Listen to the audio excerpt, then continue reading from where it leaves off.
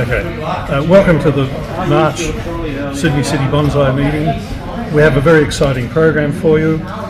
We're going to have a talk by Brian and Chris on how to prepare a pot for putting it into a display. And then we're going to have a workshop. We haven't had a workshop properly for some meetings. So I hope you all enjoy the meeting, and again, welcome. It's March 22-23. It's a very popular one. It probably has the biggest cash prize for bonsai in Australia.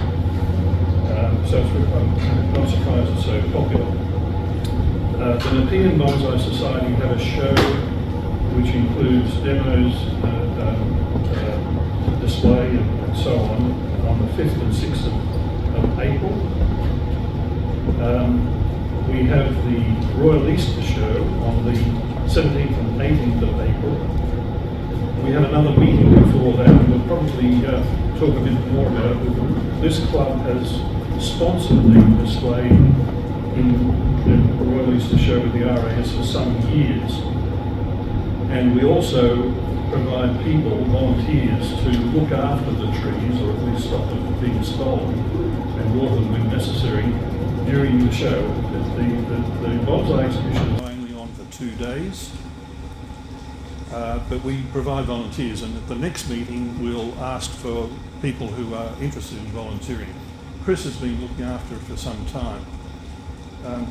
I should also mention Chris also does bonsai classes for the Long Bay Jail, and I understand they have a few life members out in their bonsai.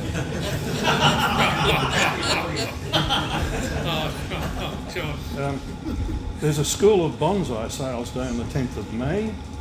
Then the National Convention is in Canberra this year, and it's on the 16th to the 19th of May. I've enrolled. Anybody else here enrolled? Lee? Yep, okay, quite a few. It's always worthwhile. Last year it was in Brisbane, which was a bit far for me to drive, but Canberra's much better, and in fact I was in Canberra last week. And I went and checked the National Bonsai and Penjing exhibition, which anybody here never seen it, don't be ashamed to say, well, after this, I want you to go down the back and write out 100 times, I must go there. Because it really is good. Lee has 2 trees in that display. The trees, some of them are owned by the National exhibition, but most are donated or loaned. And there's a special panel that chooses trees worthy of going into the exhibition, and Lee has 2. Don't forget to mention the Illawarra show and bonsai sale the first weekend in May. Yes, thank you. Yes. And the Illawarra bonsai show, the first weekend in May. It's a bit closer than Canberra, but it's always good. Quite a lot of members of this club are also members of Illawarra, so that's really good. And in June, Bonsai by the Harbour, which is always good, 7th and 8th of June. So over the next couple of months, we've got quite a lot of activity happening. I should also say in the exhibition, they had an interesting wire sculpture, a mobile wire sculpture. Have you seen it? It's fairly new. I think it's only been there for a month or so, and they've got, it's about that wide, and it's like a bird that flies. But it's made out of very thin, looks like silver wire. There are thousands of wires in this thing, carefully suspended, and as soon as a bit of a breeze, it flies. And then I didn't see them, but according to the curator, there are larger versions of it out around the Arboretum. Well worth seeing. I took a movie. I'll show you. If you're really interested, come and ask me later and I'll show you the movie of it. We have Scott Martin visiting again in October, and you might remember, for those of you who were here last month, I asked for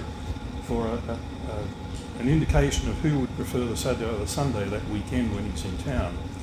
And there was a 50-50 vote each way. So I made an executive decision, and he's coming on the Saturday, the 18th of October. It will be a workshop. That is, we anticipate about half a dozen, 6 or 8 of our members and he will run a workshop with their trees. We will probably be asking for contributions of around $40 or $50 a person to help cover the cost. And that's in October, as I said. We've had several people donating trees and pots over the last few months, and another one this week. A guy called Peter McGrath contacted us and said he's, due to health reasons, getting out of bonsai. And I don't know what he did with these trees, because he didn't have it. I went round to his place last night. He didn't have any trees, but he had a lot of pots, empty pots, and books. And I've been merging the books with our library. I was surprised how many he had in his collection that we didn't have in our library. And for those who don't know, we have a library, but because we can't store it permanently here, if you're interested in books, then sing out. I can give you a list of the books that we've got, and then I can bring them in and lend them to you later. So there's some books and there's some pots. I couldn't bring them all the pots in tonight, but I brought about half a dozen on the table over there. They're slightly shop soil, which means I didn't get a chance to wash them. But because of that, because they're pre-loved, they're cheap. That is, they're good pots. I was surprised how good they are. Some of them have embossing, by the maker in the bottom. They don't all, but you can tell pots that were made more than 30 or 40 years ago because they look nice. And all the edges are quite defined. And all of his pots, he's probably been in it for a while, they were all nice looking pots. I did a rough estimate of what I thought they were worth, and I've divided that by 2 or 3. So if you want a bargain in a pot, have a look at the table over there, and as I say, there are more I'll bring in future meetings. Don't forget the Lucky Door Prize.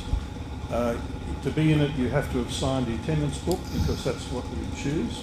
But you've got a couple of hours, or at least an hour and a half before we draw it. We've got 2 prizes tonight: a little pot, not one of the ones I was talking about, and a book. I think that's about.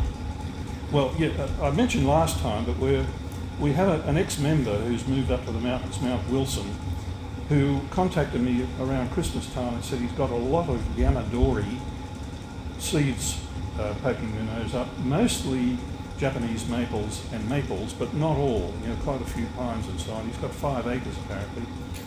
He offered for us to go and get them. Now, the best time to get Yamadoris, dig them up in the wild, is late winter, early spring. So around about July, and so before then we'll plant it a bit more finally. In July, August, we'll organise a trip up there for whoever wants to go. Mount Wilson is about an hour's drive up the Bells line of road. Very beautiful spot, especially in that time of the year. And we'll do a Yamadori. And I think the only requirement will be that you have to take your own pot to put it into, or container. That's about all. Any comments or questions?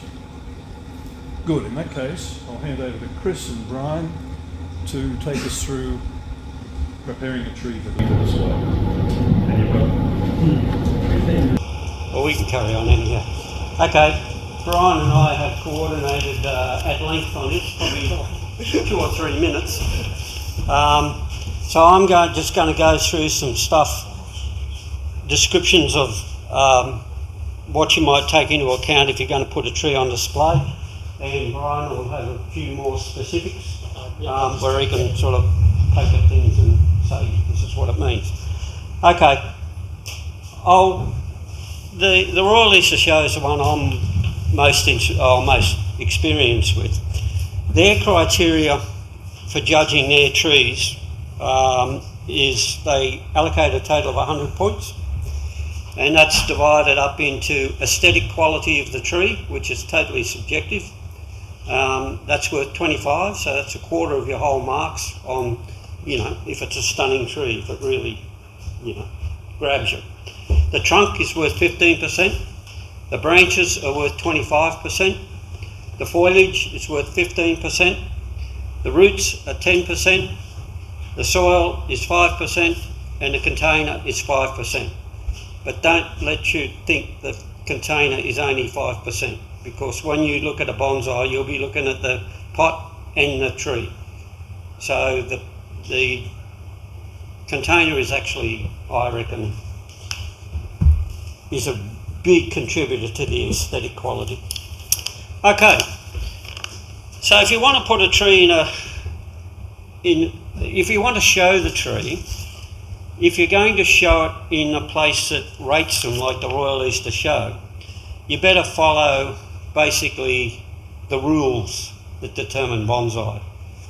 The ratios of trunks to size and, you know, the height to the pot size, all those sort of things. If you're going to deviate a long way from those, the judges may not like that. So that means you have to learn the rules, and then when you know them well enough, you might be able to break them. But unless you know them, you don't know when you're breaking them.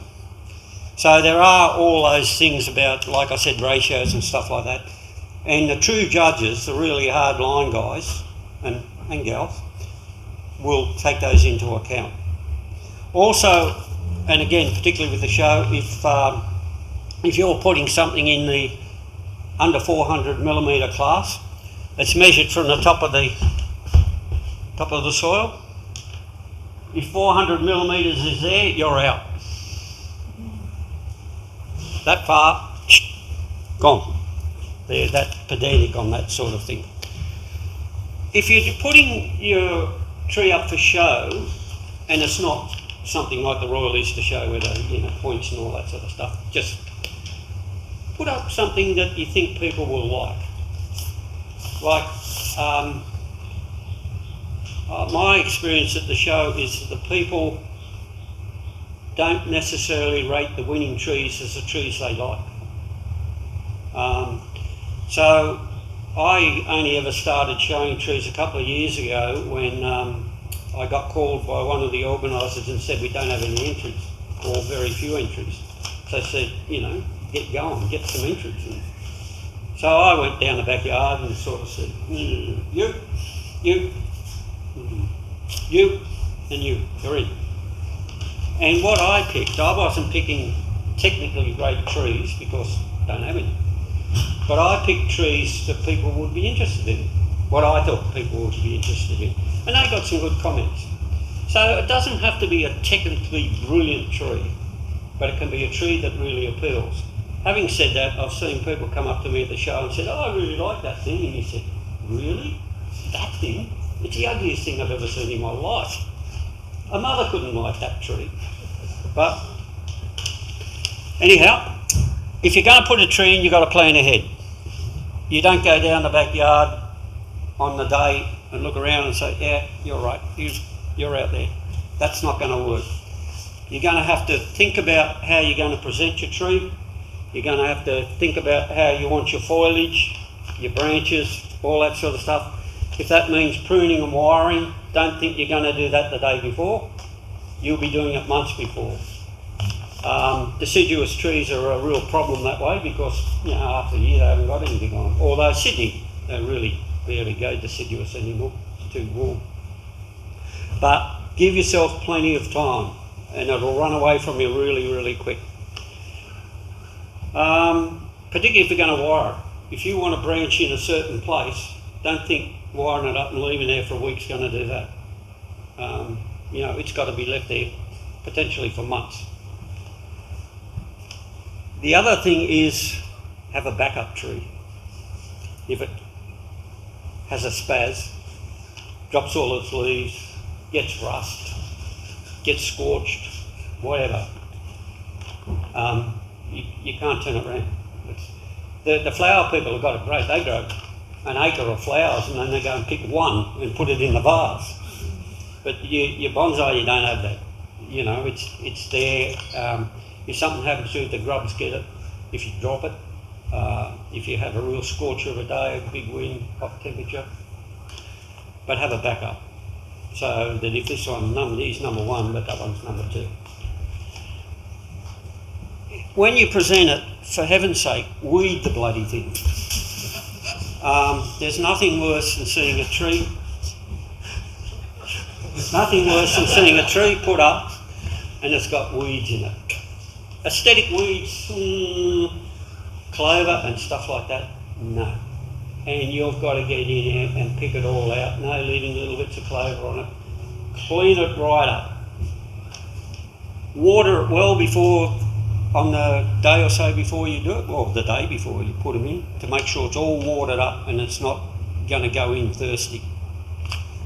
If you're going to fertilise it, do that a week or two before. Don't fertilise it on the night and think that's going to do anything. You've got to remove all your wire and stuff. If you've got, I haven't done it on that one, so you can criticise me, but I don't care, because I was too lazy to take it off and put it back on again.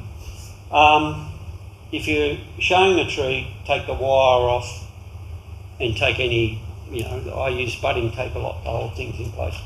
Take all that stuff off. If you leave it on, the judges will find it for sure. The pots, if you're going to put it in a Bunnings pot, well, good luck.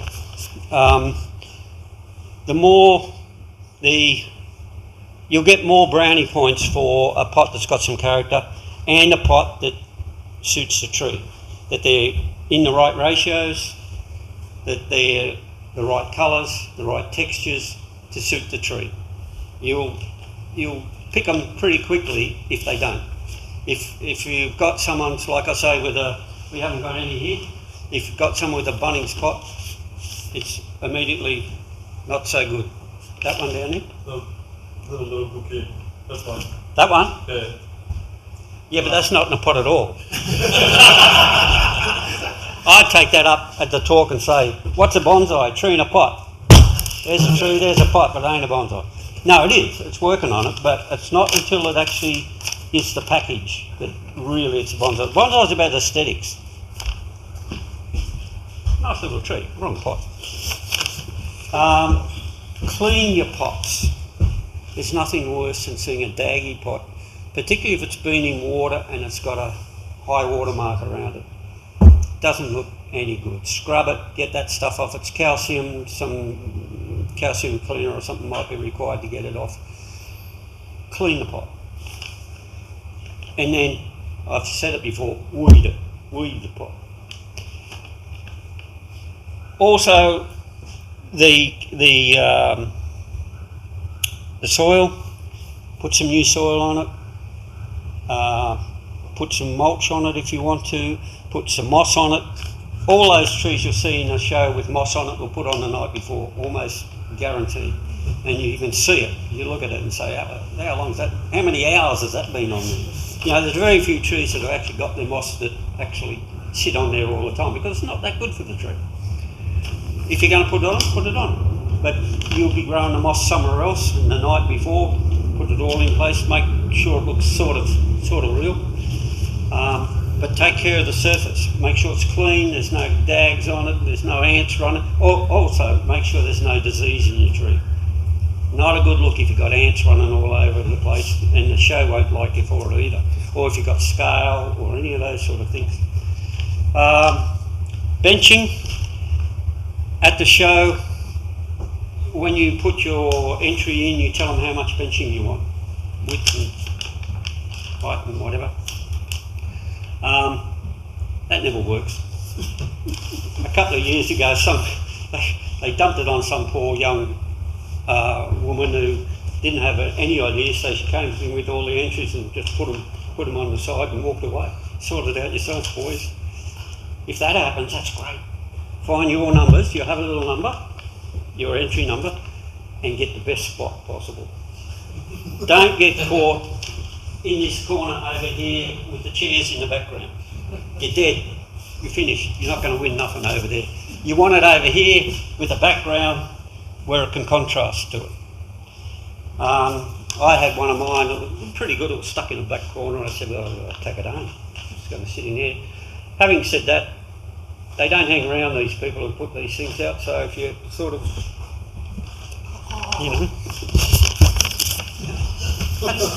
anything in blood and war, but they're not necessarily all grouped together. They're grouped in sort of size, and if you get some big thing sitting in front of yours behind it, well, that's easy. Just change it. Don't muck the numbers up though, because when you go there, you'll get your number and you put it down, you slip your number under it. And that becomes whoever, if you want a good tree, you could take your number and put it on somebody else's tree. That's a bit rude.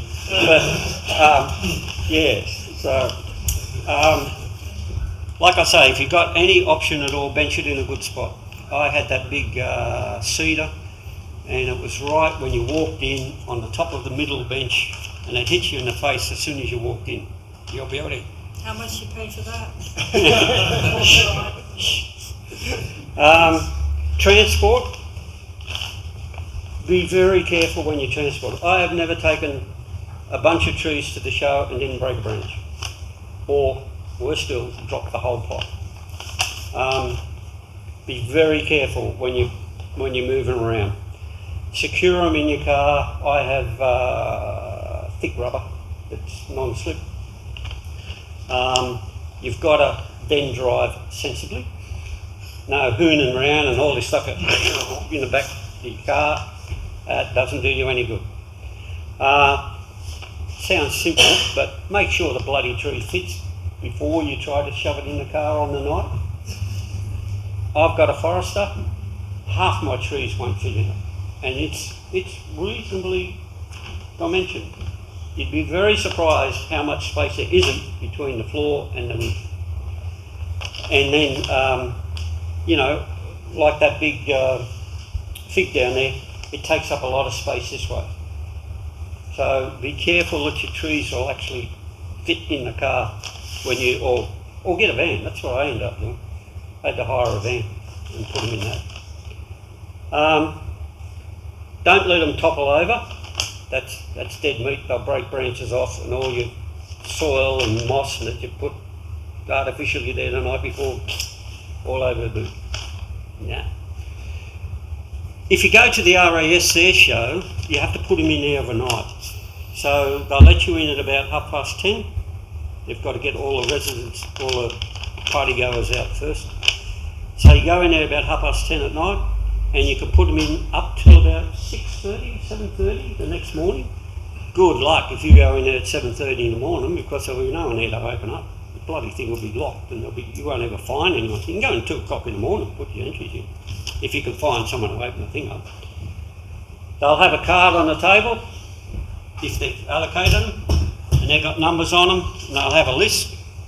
Nothing's hidden at the show, because you just pick up the list and read all your opposition and who they are and what they've got. But you have to find out your number, and then you plonk your tree there and you stick that little number under it, and it'll get judged. They start about 7:30, 8 o'clock in the morning. They get the judging over usually before the people come in. Nick a good spot, like I said, if you can. If it's not looking good and there's no one around, push him up a little bit. Again, if you want to go very early in the morning, theoretically you can. Good luck with that. Chris, you could mention that you're not supposed to touch anybody else's tree. Absolutely. Absolutely. You put gloves on.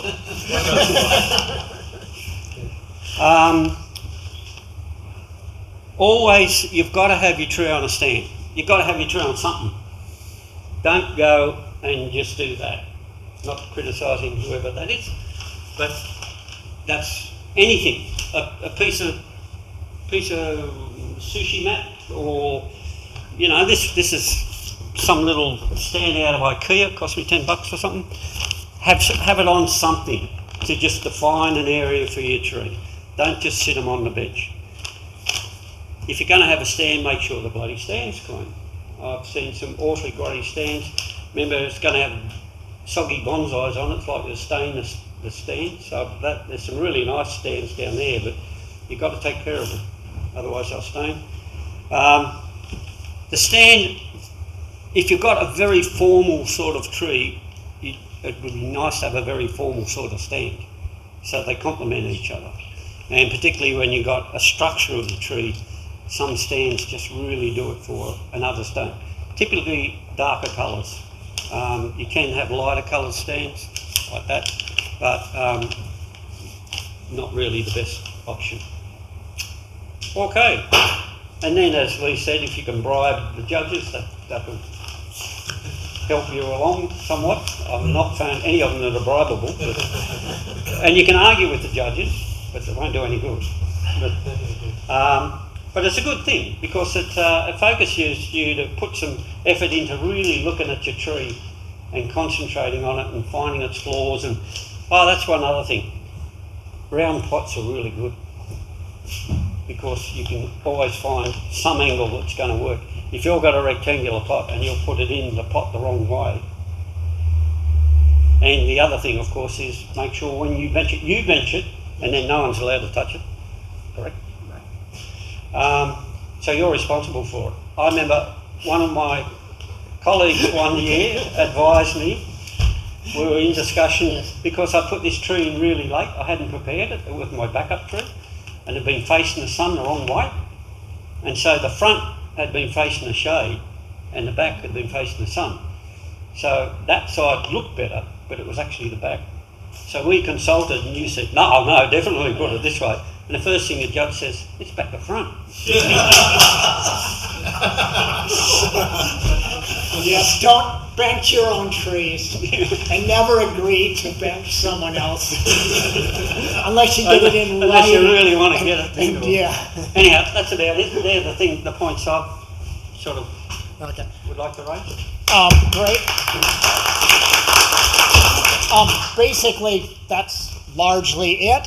But I just thought I will talk a little bit about this, just to go through some of the things and considerations that I would go through if this is one of the potential trees I'm thinking of.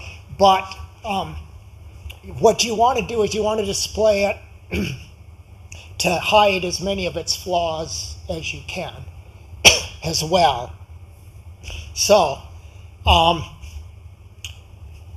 guess what I have done recently is slightly repotted this because the slant of the tree was even lower and it looked almost like it was resting on the top of the pot here, and that would be a real major no-no.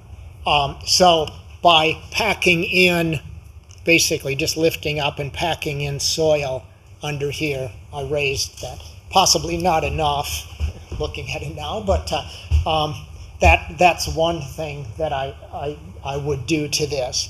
The other thing is this thing at the moment, if it buds out and comes back a bit by Easter time, it might be ready. But at the moment, it's looking a bit, the pads aren't that great on it.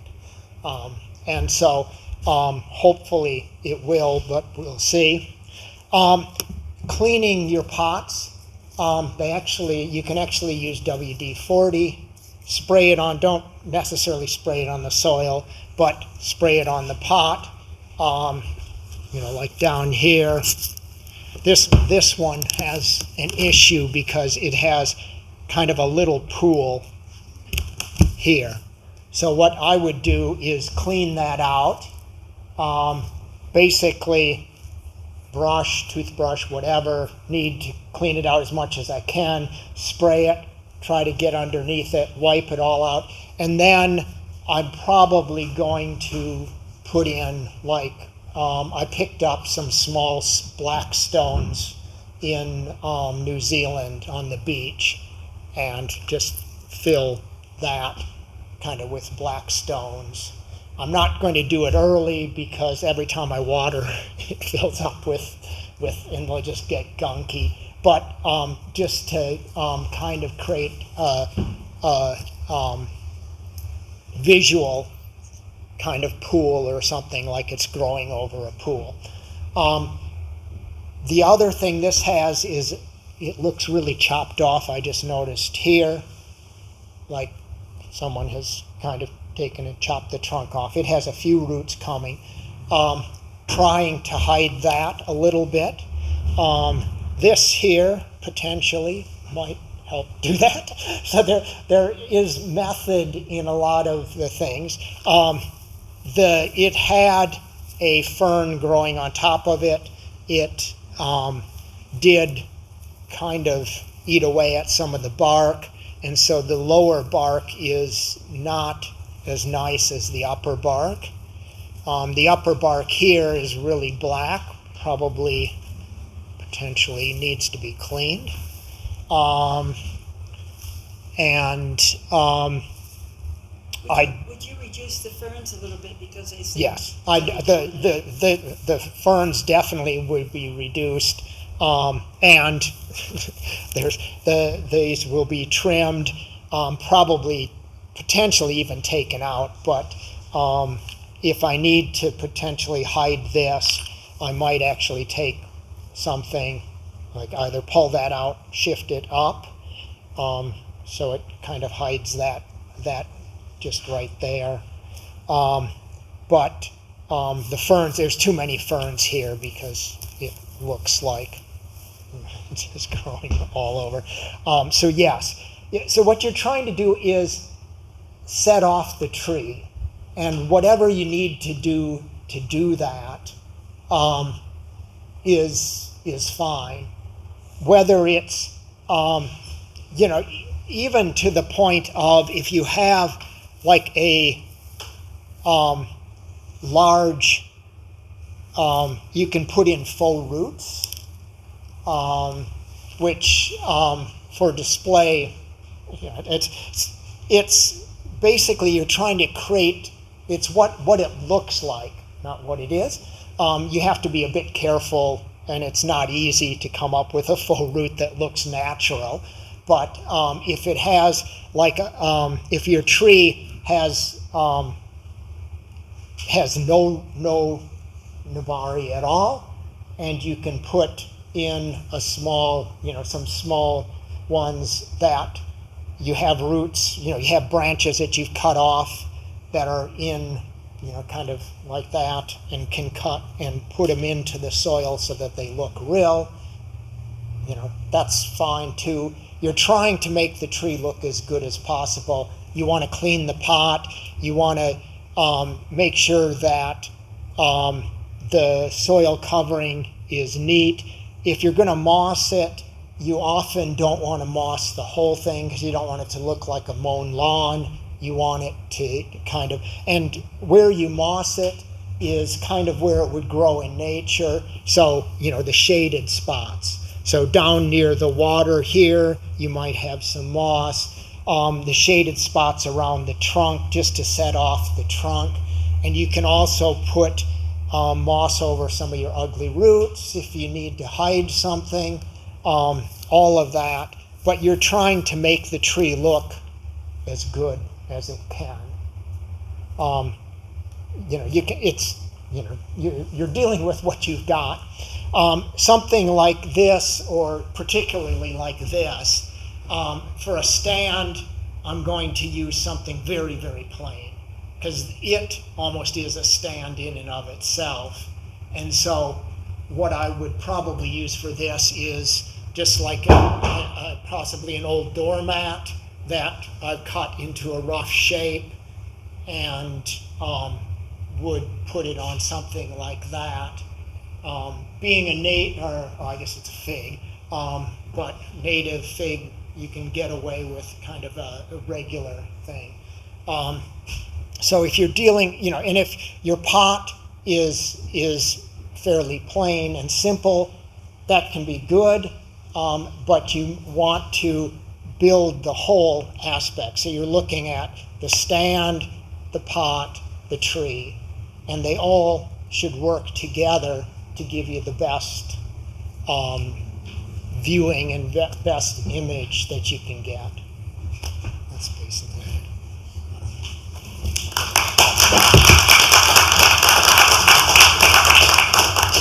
Oh, and you can oil your pots. You can spray it with this to clean and oil.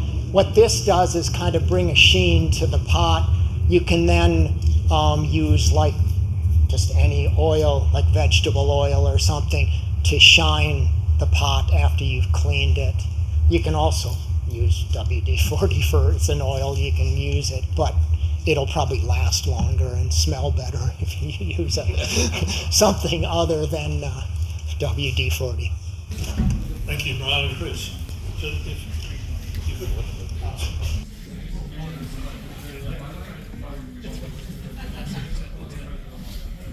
We'll start this in. These yours? Both of them? Okay, folks, Lee's just going to explain the beauty in these imperfections. I'm looking very hard, but I can't see any imperfections. They're just weird. I like weird trees. It's an Australian native, which does not. There are guidelines in Japanese bonsai, not rules, but guidelines. Our natives do not fall into those guidelines because the guidelines in Japan say your branches come down, our natives grow up. Now, if you see a coastal tea tree, the foliage is just every which way. There is no form to it at all. So I'm trying to get a little bit of form, but not a lot, because it's really a relaxed tree. And I just absolutely fell in love with the two different crooked trunks, particularly the one on the right. The pot Brian made, which I think suits the tree beautifully. And I found the stand on the beach at Devonport, which is really beautiful for a native, almost any sort of native, because of the very natural look to it.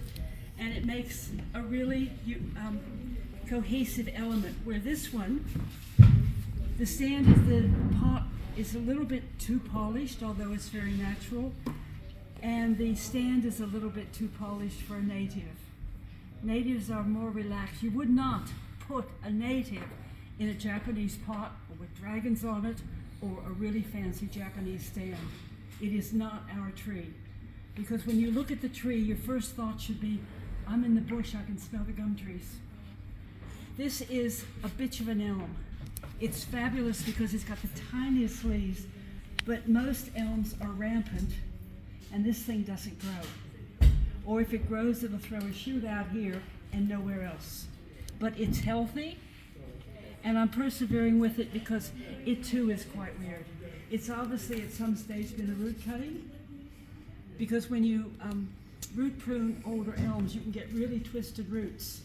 And as long as you plant them at the correct direction, it will eventually develop. This is probably where it came out of the soil. It'll develop a trunk and branches. It's one of the couple of trees will actually grow from root cuttings, and you can get really weird shapes.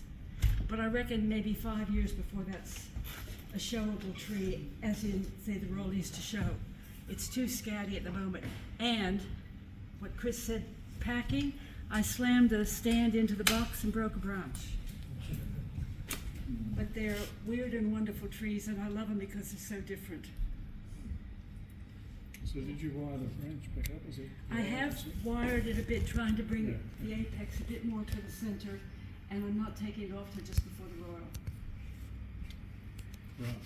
And I don't think they'll do any good in the royal, because I think they're too different for what judges expect. Although they're going into the Australian native class, so you've got more leeway in your styling. But they're young. There's one bloke that shows that he can have a tree like this, but it's got a trunk on it like that. It's simply magnificent. But these have a lot of character, and I just love Australian natives. Mm. Great, thank you. Who's the next one? That's mine. I brought it because it's got a really gnarly trunk, and it's okay, it's got a bit of grafting tape on it holding things together, but I wasn't going to take it off and put it back on again. That tree is the top of that tree down there. That was the root over rock, that big fat tip. As I said, wrapped the root around the rock. It swallowed the rock eventually. It grew up to about that high, had a trunk on it like that, straight as a die, and then branches popped out at the top. Well, it was cut off about that far above the Nabari, and that's what you got there. And it was cut off at the top, and that's what you got there. So all these big holes and things were where the other branches used to come out. So, yeah, I quite like it. And just for those who might be interested, you didn't air layer it, you just chopped it and stuck it in the ground. Yeah. Yeah. Yeah, well, it's about cutting about that big. Okay. This is the next one. I'll show off my pot again. It looks like an expensive Japanese pot. Very expensive. Be better with WD-40 on. I did it already. No, this is just again trying to get into natives a couple of years ago. I picked this one up probably about 2 years ago. I'd say the truck was probably about half of what it is now. So it's a little cook, Callistamin, and I don't know, just setting perfections. I haven't really done much with it. I think I hacked it once or twice. I've just let it go wild. I'll probably trim it down to half, but yeah, I'm just trying to let it do its thing for a bit and see how it goes. It's coming on. So, Yeah, working in progress. thanks. Good. Thank you. Next one. It's a couple of mine. Basically, just a fig.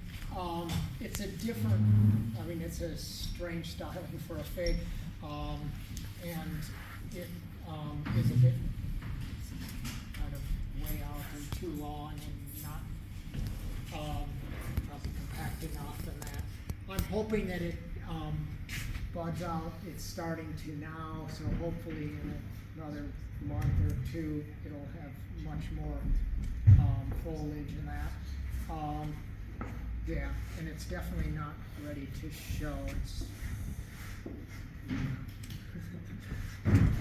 fertilizer bags and everything. If it was going to show basically neaten the pot, get rid of the weed, or clean up a lot of the weeds, and set it off a bit. What do you see as the imperfection? The imperfection is it has kind of a U in here that just looks a bit unnatural or something, but I quite like it. So originally it was just a straight up and down. Yeah, actually, it's been cut back a couple of times and would have been much more vertical. Is yours the next one as well? Yeah, it is. I've talked about that before, so go on to the, Okay, who's the next one? It's a white cedar. I think I bought it from Chris 2 years ago. And yeah, it's imperfect in many ways. But it's very enjoyable to see where it goes. I would like to hollow it more. Right. Do you remember that, Chris? If anyone sees a white cedar tree around, they'll drop a fruit, and they grow quite well from the seed. I think they're weed. They're weed. Oh yeah. No, they're Australian native weed. Yeah. They're from the further up the coast and they've made their way down here. But pretty indestructible. Yeah. And if you can pick the fruit up, you can get as many as you want. If anyone wants any, they're out of the jail, like everywhere. And I think you can bare root them like 3 times a year if you make a mistake. Just put it back in. Yeah. I've got one at home and I keep cutting it down and it keeps coming back. Lots of fun. This is the next one.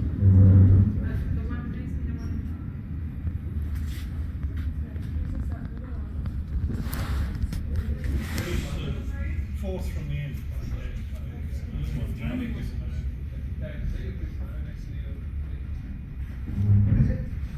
yeah, these are my